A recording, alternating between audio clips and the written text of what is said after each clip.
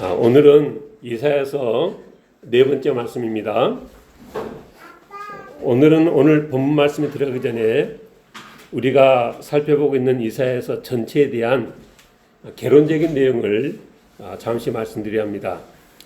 그동안 우리가 살펴온 내용이 어떤 내용이었고 또 앞으로는 어떤 내용인지 전체적인 개요를 아는 것도 유익하겠다 싶어서입니다. 이사야서는 구약 선지서 중에 제일 먼저 나오는 책인데 모두 66장으로 되어 있습니다. 그런데 이 66이라는 숫자가 우리 크리스찬들에게는 좀 익숙한 숫자입니다. 왜냐하면 신구약이 66권으로 더 있어서 그렇습니다. 우리가 아는 것처럼 성경 구약이 39권, 신약이 27권 해서 66권입니다. 근데 거기에서 그치는 것이 아니라 이사야서 내용을 들여다보니까 이사야서도 39장까지는 하나님의 의와 심판에 대해서, 그리고 이제 40장 이후에는 하나님의 구원과 은혜에 대한 내용으로 나눠볼 수 있어서 이게 우연치고는 많은 것들이 맞아떨어진다 이런 생각을 하게 됐고, 그래서 이사야서를 연구하는 사람들이 더 여러 방면으로 이사야서와 성경 간의 유사점을 찾기 시작한 것으로 보여집니다. 그래서 여러분들이 핸드폰에 이사야서 이렇게 검색을 해보면 몇 가지 도표가 뜨는데, 그게 뭐냐면 이사야서와 성경 전체를 이렇게 대조해 놓은 겁니다. 이사야서가 66장인데 성경은 66권이고, 이사야서가 39장까지 심판에 대한 내용, 그 다음에 27장은 구원에 대한 내용인 것처럼 구약은 39권, 신약은 27권이다. 이사야서 1장에 죄에 대한 언급이 있던 것처럼 창세기도 성경의 첫 권인 창세기도 죄의 시작을 다루고 있고, 또 이사야서의 그 34, 35장쯤에 메시아 왕국 이야기 나오는데 구약의 마지막 부분도 같은 주제를 다룬다. 그리고 이제 40장부터 이제 하나님의 은혜에 대한 이 구원에 대한 말씀을 했는데, 이사야서 40장 3절부터 이렇게 시작합니다.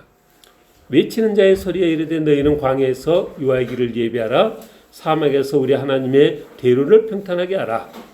골짜기마다 도두어지며 산마다 언덕마다 낮아지며 고르지 아니한 것이 평탄하게 되며 험한 것이 평지가 될 것이요 여호와의 영광이 나타나고 모든 육체가 그것을 함께 보리라. 이는 여호와의 입이 말씀하셨느니라. 이렇게 위로의 말씀의 시작 부분이 이렇게 시작되어지는데, 우리가 아는 것처럼 신약의 예수님의 사역을 준비했던 세례 요한의 그 사역에 대해서 누가복음은 뭐라고 썼느냐?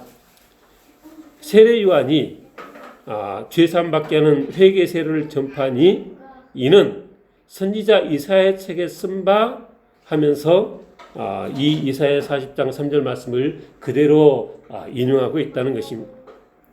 그리고 이사야서의 그 마지막 부분에 고난받는 메시아에 대한 많은 말씀이 있는 것처럼 신약 성경에 고난과 십자가 죽음을 당하신 예수 그리스도를 말하고 있고, 이사야서 제일 마지막에 새하늘과 새 땅에 대한 언급이 나오는데, 요한계시록이 바로 그 새하늘과 새 땅, 새 예루살렘 성에 대한 말씀이다.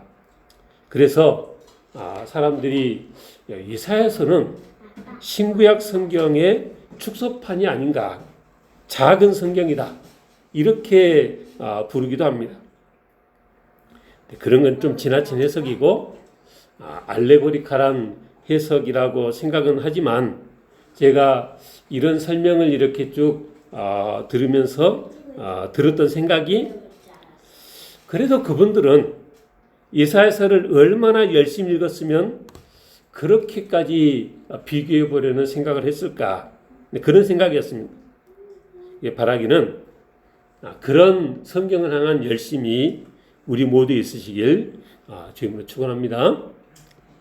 방금 말씀드린 것처럼 이사야서는 크게 둘로 39장까지 하나님의 의와 심판, 그리고 40장부터 27장에 걸쳐서 하나님의 구원으로 나눠볼 수 있는데, 문제는 최근에 현대 신학자들이 이 전반부와 후반부가 신학적인 관점이나 그 문체가 너무나 달라서 실은 이사야가 쓴 게 아니라 이 나중 부분은 다른 사람이 쓴 것을 그냥 이렇게 합쳐놓은 것이다. 두 사람 혹은 세 사람 여러 주장들이 많습니다.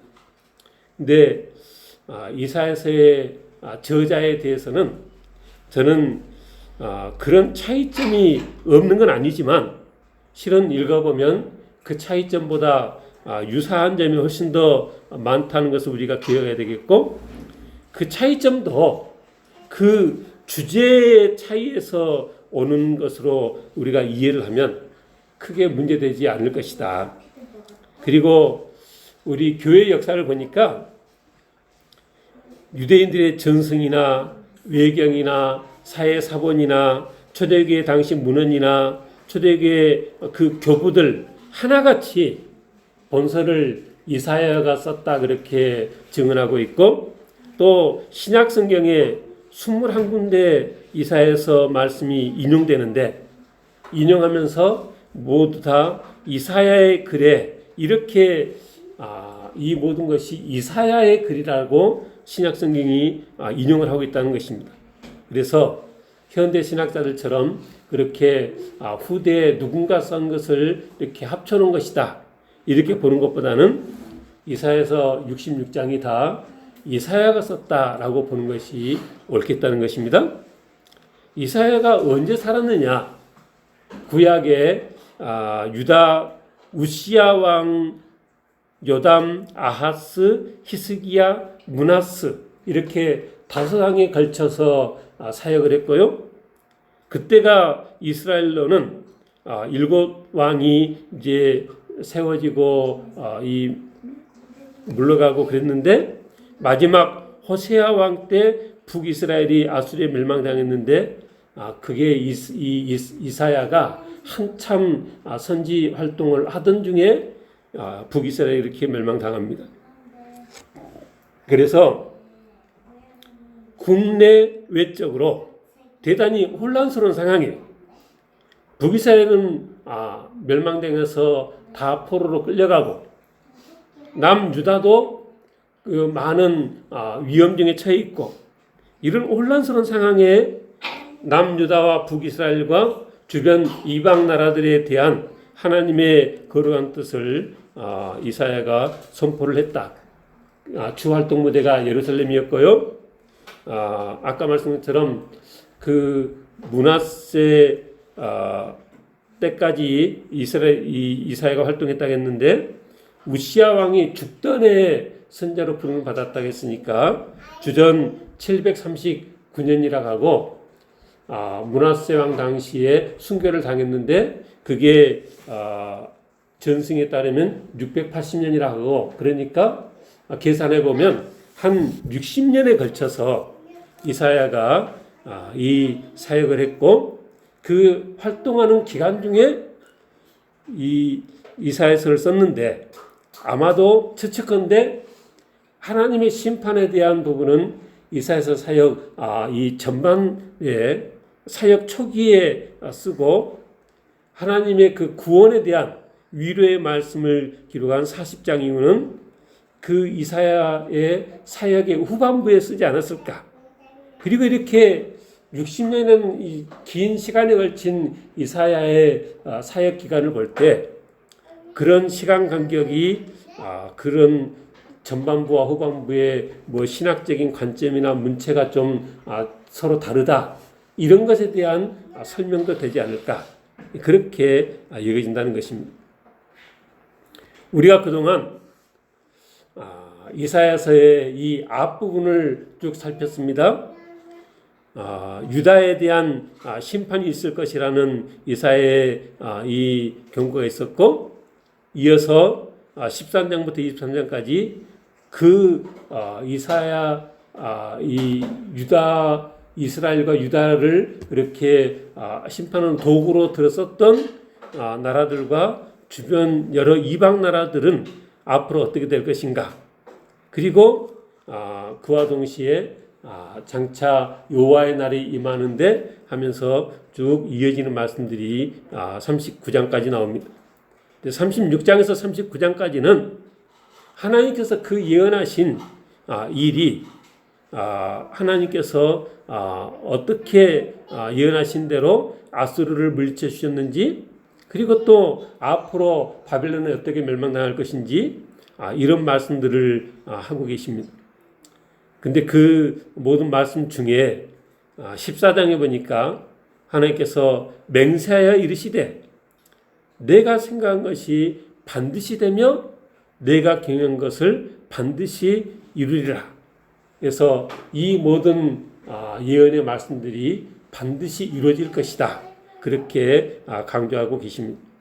지난주 우리가 함께 살폈는데 이 모든 말씀 중에 눈에 띄는 것이 그렇게 이방 나라들을 심판하시겠지만 하나님께서 애굽과 아수르를 일컬어서 내 백성 애굽이여 내 손으로 지은 아수르여 이렇게 부르는 날이 올 것이라 하는 이 대목이었다는 것입니다.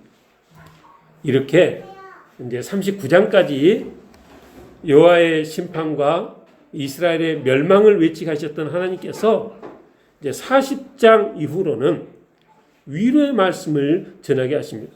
40장 1절 너희 하나님이 이르시되 너희는 위로하라 내 백성을 위로하라. 너희는 예루살렘의 마음에 닿도록 말하며 그것에게 외치라.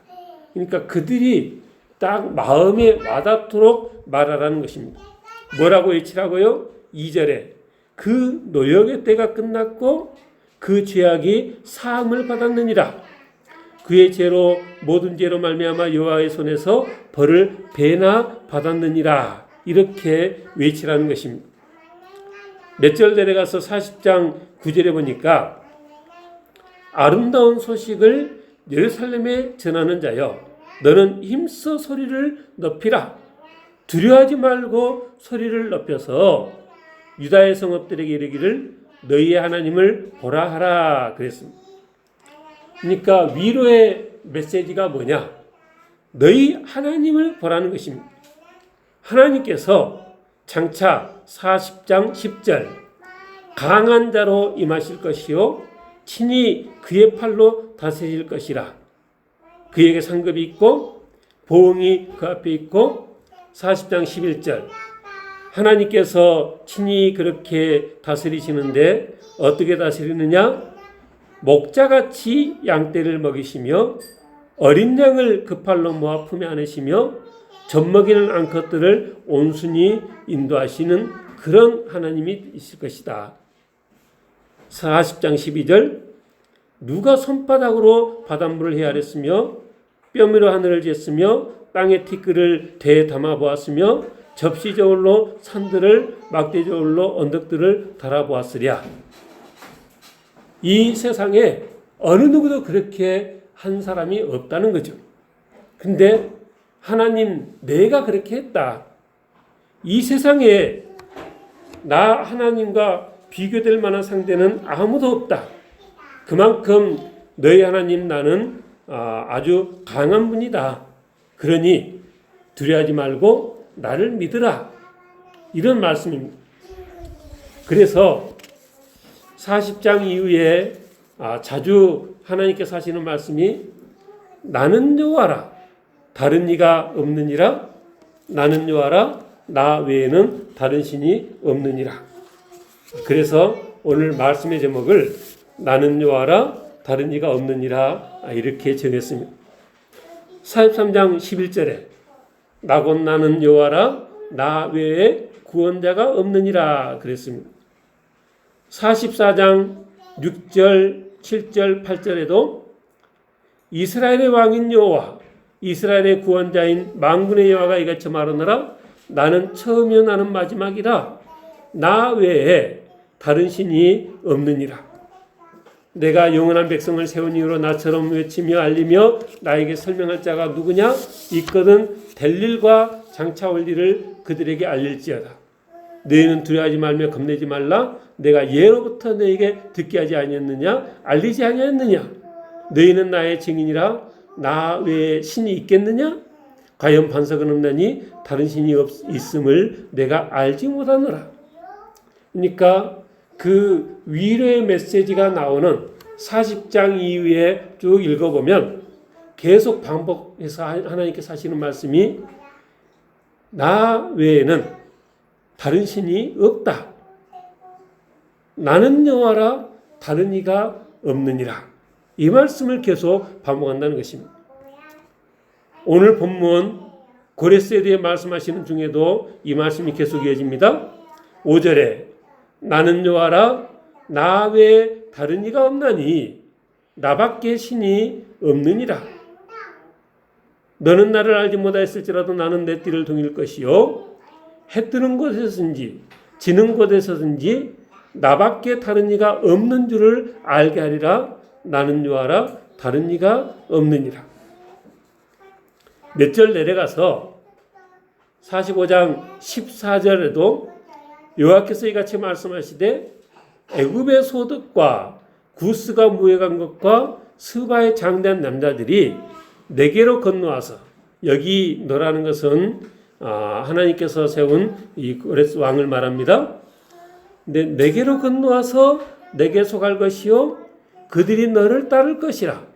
사슬에 매여 건너와서 내게 굴복하고 간구하기를 하나님이 과연 내게 계시고 그 외에는 다른 하나님이 없다리라 하시니라. 그러니까 하나님께서 직접 말씀하신 것만이 아니라 그 애굽과 구스와 스바의 모든 이들이 사슬에 매여서 건너와서 고레스 왕에게 굴복하면서 우리가 보니까 하나님이 내게 계시고 하나님 외에는, 그분 외에는 다른 하나님이 없다. 그 이방 나라 사람들도 그렇게 고백할 것이라는 것입니다. 45장 18절에 여호와께서 이같이 말씀하시되 하늘을 창조하시니 그는 하나님이시니 그가 땅을 지으시고 그것을 만드셨으며 그것을 견고하게 하시되 혼돈하게 창조하지 아니하시고 사람이 거주하게 그것을 지으셨으니 나는 여호와라 나 외에 다른 이가 없느니라. 21절에도 너희는 알리며 진술하고 또 함께 의논하여 보라. 이 일을 옛부터 듣게 한 자가 누구냐? 이전부터 그것을 알게 한 자가 누구냐? 나 여호와가 아니냐? 나 외에 다른 신이 없나니 나는 공의를 행하며 구원을 베푸는 하나님이라. 나 외에 다른 이가 없느니라. 그러니까 계속해서 하나님께서 말씀하시는 게 나 외에 다른 신이 없다. 나만이 너희가 믿고 공경해야 될 참신이다. 46장 5절에는 너희가 나를 누구에게 비기며 누구와 짝하며 누구와 비교하여 서로 같다 하겠느냐? 너희는 옛적일을 기억하라. 나는 하나님이라. 나 외에 다른 이가 없느니라. 나는 하나님이라. 나 같은 이가 없느니라. 그러니까 요즘은 종교다원주의라고들 그렇게 명칭을 붙였는데 무슨 얘기예요? 모든 종교는 다 진리를 추구한다는 점에서는 똑같으니까 모든 종교는 다 존중돼야 된다. 저 기독교처럼 저렇게 하나님만 믿어야 된다고 그렇게 배타적일 것이 아니라 서로를 인정하고 우리 다 같이 진리를 추구한다는 그런 취지에서 연합하자. 듣기에는 얼마나 이 좋아 보이는 말입니까? 그러나 이 이사야서를 통해서 하나님께서 단호하게 수도 없이 뭐라고 말씀하고 계시다고요? 나는 여호와라. 다른 이가 없느니라. 나는 여호와라. 나 외에는 다른 신이 없다. 이 말씀을 계속 반복하셨다는 것입니다. 그리고 그 이유에 대해서도 하나님께서 소상히 말씀하십니다. 자주 하시는 말씀이 그 40장 이후에 쭉 말씀 중에 자주 나오는 말씀이 우상에 대한 말씀이십니다. 40장 18절 이하에 우상은 장인이 부어 만들었고 장색이 금으로 입혔고 또 은사슬을 만든 것이니라. 41장 21절 이하에 보니까 너희 우상들은 소송하라. 너희가 진짜 신이면 확실한 증거를 보여라. 확실한 증거가 뭐냐? 하나님께서 말씀하신 게 41장 22절에 장차 당할 일을 우리에게 진술하라. 또 이전 일이 어떠한 것도 알게 하라. 우리가 마음에 두고 그 결말을 알아버리라. 혹 앞으로 올 일을 듣게 하며 뒤에 올 일을 알게 하라. 그러면 그렇게 장차 앞에 되어질 일을 알게 하면 우리가 너희도 신이구나 그렇게 알겠다. 또 복을 내리든지 재난을 들든지 알아. 그러면 우리가 함께 보고 놀라겠다. 그 말 무슨 얘기예요? 우상들은 장차 되어질 일을 전혀 알 수도 없고 말하지도 못하고 이 세상에 복을 내리고 재난을 내리고 그 어느 것도 할 수 있는 게 없다는 것입니다.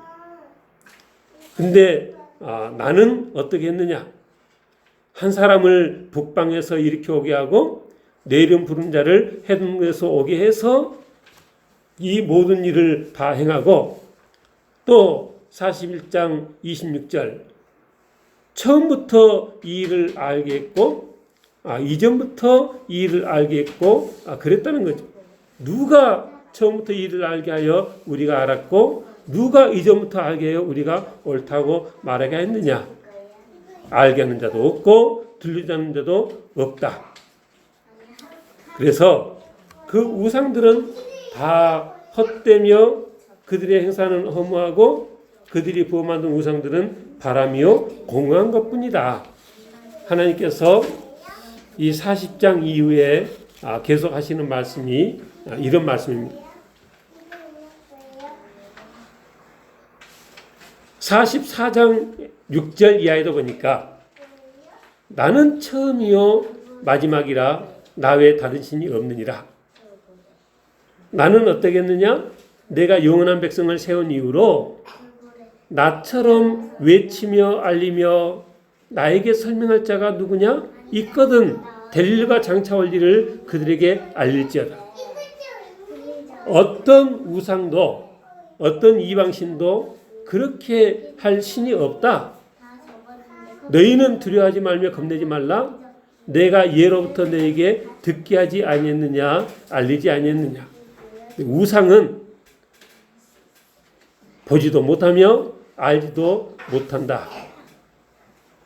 이 신상이라는 것은 대장장인들이 만든 것으로 철공이 철로 연장을 만들고 숯불로 일하고 44장 12절에 망치를 가지고 그것을 만들고 그의 힘센 팔로 그 일을 하지만은 배가 고프면 기운이 없고 물을 마시지 않으면 피로하다.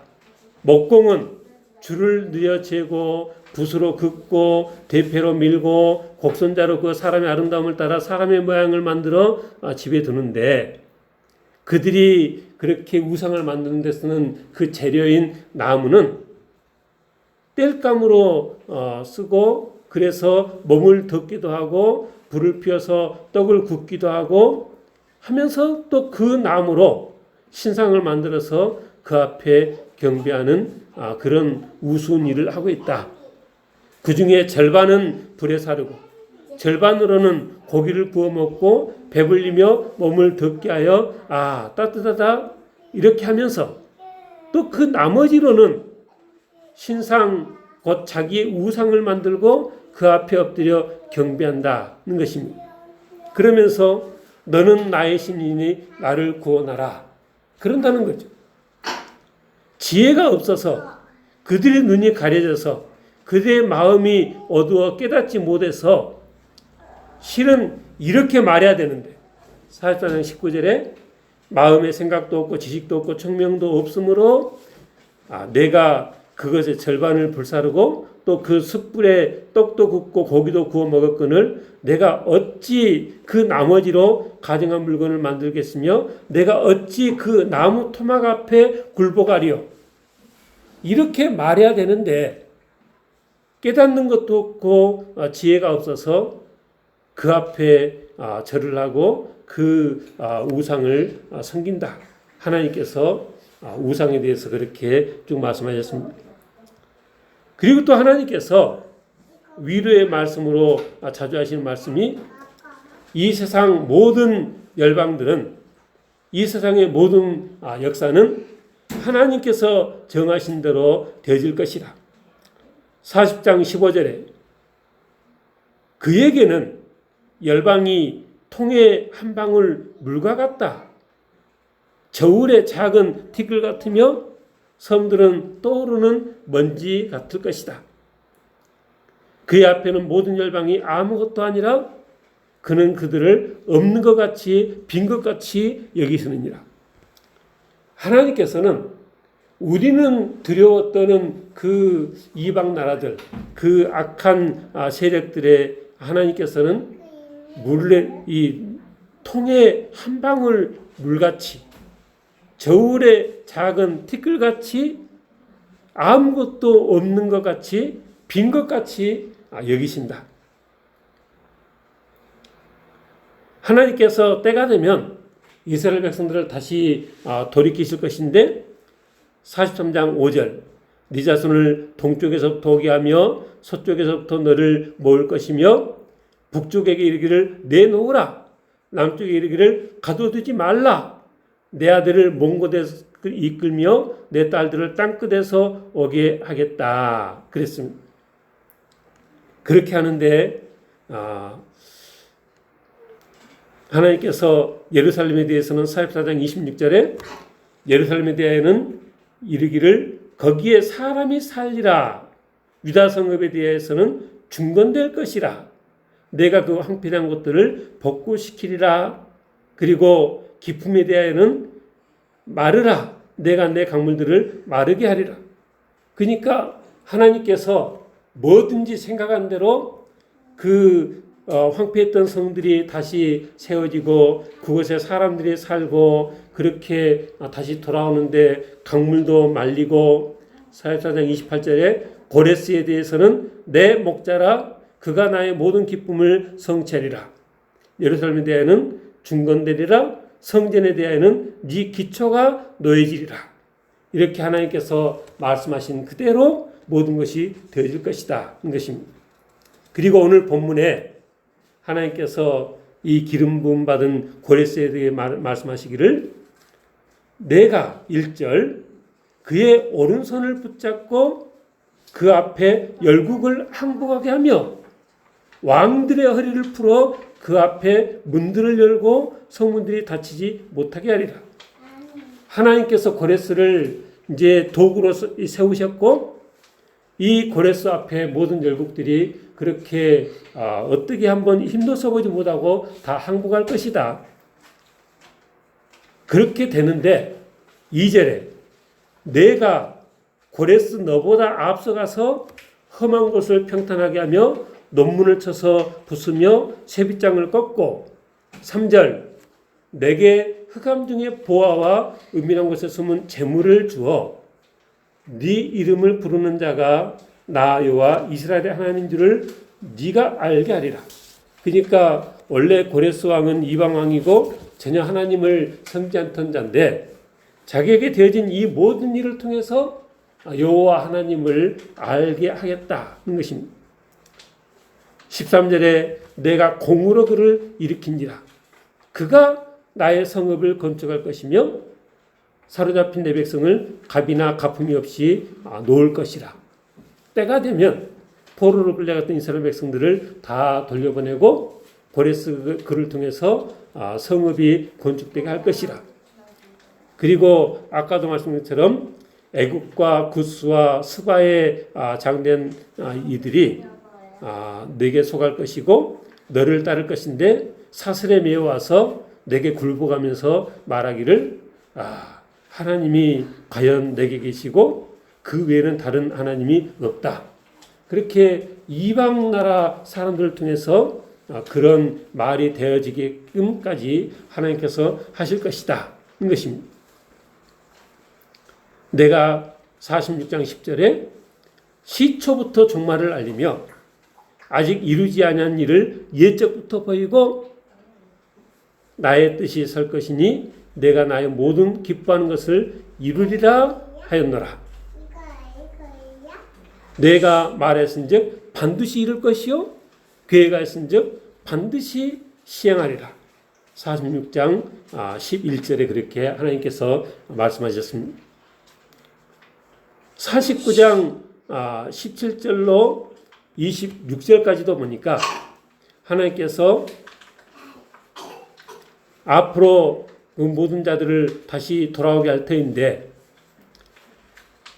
자식을 잃었을 때 20절 자식을 잃었을 때 낳은 자녀가 후일에 너의 귀에 말하기를 이곳이 내게 좁으니 넓혀서 내가 거주하게 하라 하리니 그래서 내가 속으로 누가 나를 위해서 아들을 낳는고 나는 자녀를 잃고 외로워졌고 사로잡혀가서 그렇게 포로로 유리했었는데 이들을 누가 양육하였는고 나는 홀로 남았거늘 이들은 어디서 생겼는고 그렇게 말하게 될 것이다.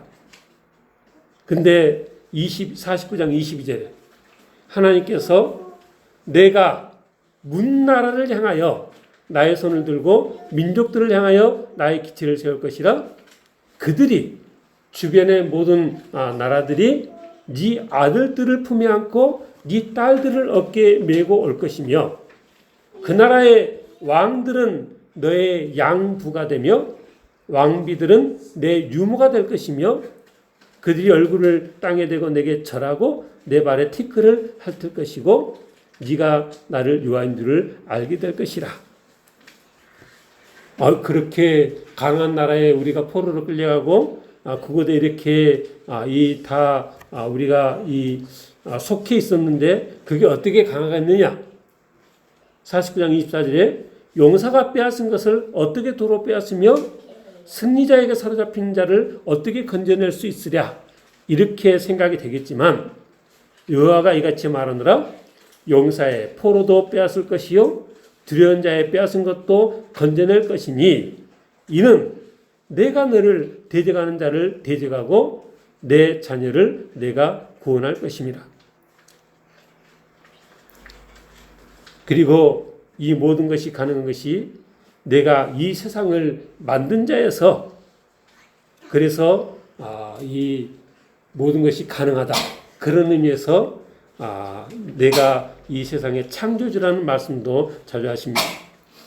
나를 누구에 비교해 나를 그와 동등하다 하겠느냐? 누가 이 모든 것을 창조했나 보라.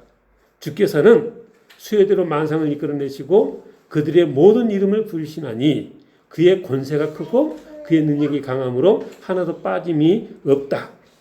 42장 5절 하늘을 창조하며 펴시고 땅과 소산을 내시며 땅 위의 백성에게 호흡을 주시며 땅에 행하는 자에게 영을 주신다. 그렇게 썼고요.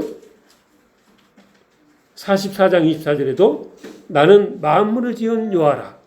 홀로 하늘을 폈으며 나와 함께한 자 없이 땅을 펼쳤다. 45장 7절 나는 빛도 짓고 어둠도 창조하며 나는 평안도 짓고 환난도 창조하느니 나는 여호와라. 이 모든 일을 행하는 자니라. 계속해서 나오는 말씀이 내가 그 모든 것들을 짓고 이 모든 것을 행했다는 것입니다. 그러니 어쩌라는 말입니까? 지금은 환난의 때, 역경의 때이나 그것도 내가 그렇게 한 것이고 일이 그렇게 되도록 한 내게는 원래대로 돌이킬 능력도 있으니 너희들은 두려워하지 말고 세상 것 의지하지 말고 타협하지 말고 연합하지 말고 만군의 하나님 여호와만 믿고 섬겨라 라는 거죠. 이스라엘에게 함께 하시는 이 하나님께서 우리와도 동일하게 함께 하심을 믿고 하나님만 바라며 하나님만 섬기며 승리하는 우리 진림대 성도 다 되시길 주님으로 축원합니다. 기도하겠습니다.